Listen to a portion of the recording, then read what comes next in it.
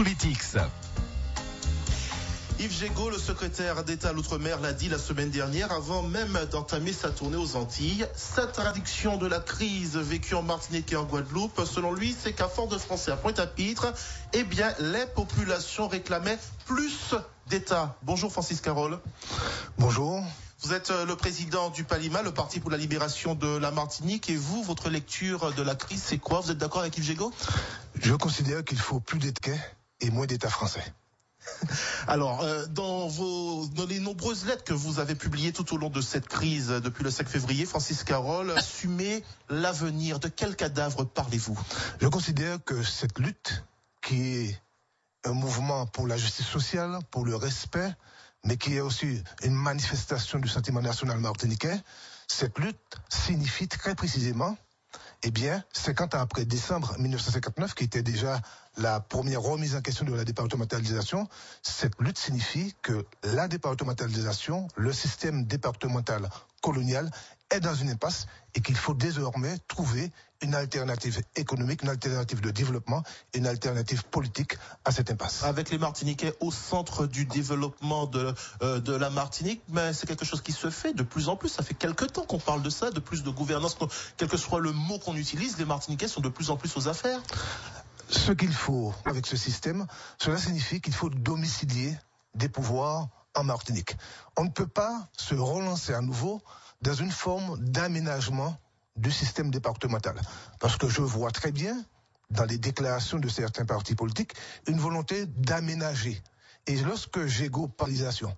Or, la solution n'est pas dans la recentralisation, la solution est dans la capacité des Martiniquais à imaginer leur propre développement sur la base d'un certain nombre de travaux qui sont déjà réalisés. L'agenda 28, il faut faire partager au peuple. Et ça, c'est très important. Les décisions qui ont été prises, ces décisions ne doivent pas mouvement autour du 5 février à montrer ce besoin de respect, ce besoin de reconnaissance, mais ce désir de parler, d'être reconnu et ce désir de participer finalement à une alternative pour le pays. Là, au moins, vous seriez d'accord avec Claude Lise, sénateur de la Martinique, président du Conseil général, qui disait que vendredi dernier que de toute façon, il faudra faire maintenant preuve de pédagogie. On a assisté à un besoin d'explication de la population martiniquaise. Oui, je l'ai dit très clairement tout au long du mouvement. Et lorsque j'avais eu l'occasion de m'exprimer, dont j'ai fait état, il y a un besoin de respect chez les Martiniquais. Et je crois qu'il faudra analyser cette lutte de cette manière aussi. Il y a toute une série d'autres aspects. Et je crois que si on ne fait pas preuve à la fois d'intelligence, de pédagogie et aussi de volonté de faire participer, de faire... À condition aussi de casser certains schémas selon vous. Vous avez mis directement l'État en cause, Francis Carole. L'État qui a favorisé, selon vous, et je reprends vos propos, qui a favorisé la constitution de ghettos sociaux raciaux qui s'ajoutent à l'apartheid béquet. Ce sont quand même des mots très forts, Francis Carole. L'Afrique du Sud a su mettre un terme à cette nationniste avec un événement, la libération de Nelson Mandela. Sera cet événement qui permettra un changement en Martinique? Février et 2009 n'est pas le passage d'un âge des ténèbres à un âge d'or. Mais en tout cas, c'est un moment d'éveil. Il ébranle. Il met les gens en situation de réflexion et en situation de remise en cause. Et je disais dans l'une de ces lettres que les béquets doivent accepter de se suicider en tant que caste. Je dis bien en tant que caste sociale, pas nécessairement en tant que classe. Ça veut dire qu'ils doivent se remettre en cause. Il ne s'agit pas pour nous de prendre une revanche. Il nous suffit d'être nous-mêmes, de ne pas avoir peur, d'être sûrs de nous-mêmes. Nous avons la capacité d'aller de l'avant. Mais les béquets doivent se remettre en question. Et il y a des considérations importantes. Par exemple, la question du foncier en Martinique. Je pense, et je l'ai dit, qu'il faut une loi qui dit que les seules personnes pouvant acheter la terre martiniquaise, ce sont les Martiniquais.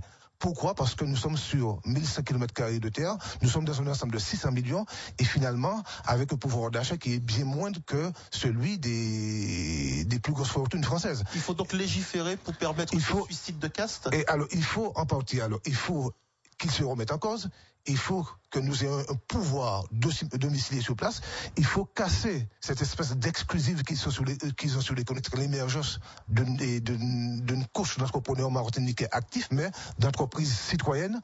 Donc il faut redéfinir toutes nos relations, mais redéfinir nos relations, cela veut dire aussi que les Martiniquais, qu'ils prennent des responsabilités, que nous soyons plus audacieux, plus agressifs. Donc, j'en appelle à une véritable révolution culturelles, des mentalités pour aller de l'avant. Mais pour l'instant, Francis Carole, il y a quand même, lorsqu'on écoute ce discours de la rue, il y a quand même pas mal de virulence, il y a quand même un discours de haine. Est-ce que l'heure est réellement au dialogue et est-ce que ce dialogue, justement, n'est pas la première à brandir pour ce changement de mentalité? Je crois que les dirigeants politiques, en tout cas, et les militants politiques doivent se débarrasser de tout ressentiment, se débarrasser de toute haine, se débarrasser de toute irrationalité. Ce dont il est question, c'est de changer ce pays. Et la question est posée au niveau des béquets, qu'ils acceptent de se suicider en tant que classe, mais la question est posée... Très fort, Francis Carole, Oui, j'en ai conscience, je les pèse. Hein. Je les pèse et je les Et même lorsque vous parlez de discours des dirigeants politiques, surtout dans certains partis d'extrême gauche, le discours n'a pas toujours été aussi gentil que ce que vous affichez ce matin. Mon discours n'a jamais été un discours gentil, j'ai un discours de rationalité. Le problème pour moi n'est pas de me faire plaisir. Le problème pour moi, c'est d'aider à transformer ce pays. Donc, de débloquer ce pays. Si les leaders politiques ont ce discours de sagesse comme ce que vous préconisez ce matin, souvent... c'est de la sagesse active et audacieuse. Oui, d'accord, mais souvent, lorsqu'on regarde ces partis, ces formations politiques, les numéros 2, 3, 4, et puis quelques-uns qui sont tout de suite dans le cercle de ces dirigeants, ils ont un discours beaucoup plus haineux. C'est une réalité, ça aussi. Je pense que la haine n'est pas nécessairement du côté où on veut bien le voir. Je pense qu'il y a, et dans le discours des béquets, beaucoup de haine. Beaucoup de mépris. On l'a vu avec l'émission qui a fait tant débat. Et je crois que on veut enfermer les Martiniquais d'origine indienne ou africaine dans une espèce de volonté de rester dans le passé. Je crois que ce sont les béquets qui vivent dans le passé. Mais qui est essentiellement au maître des béquets. Aujourd'hui, tout à l'heure, on a parlé de cet apartheid de béquets. Restons sur le continent africain. Il y a eu cet exemple du Zimbabwe. On a voulu déposséder les riches fermiers blancs pour redistribuer les terres. On a vu ce qui s'en est suivi. Une catastrophe économique pour ces pays-là. Est-ce que ce risque-là n'existe pas en Martinique ?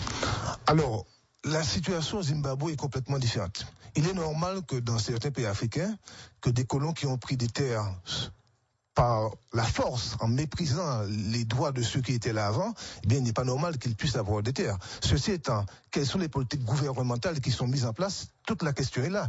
Et dans beaucoup de régions d'Afrique, d'Asie, d'anciennes colonies, il y a eu des réformes foncières qui ont permis au contraire le développement. Au même d'une caste? Alors cela veut dire émergence d'une classe d'entrepreneurs martiniquais. Cela veut dire briser les monopoles progressivement, mais ils ont beaucoup de difficultés. Ça veut dire briser le monopole des béquets. Cela veut dire assurer la souveraineté alimentaire, ce qui n'est pas l'autarcie. Cela veut dire permettre un véritable développement économique qui est ce que j'appelle un développement économique démocratique, c'est-à-dire qu'il ne soit pas entre les mains d'une caste. Et le tout sous le contrôle de l'État bienveillant? Sous le contrôle, l'État bienveillant, je n'y crois pas.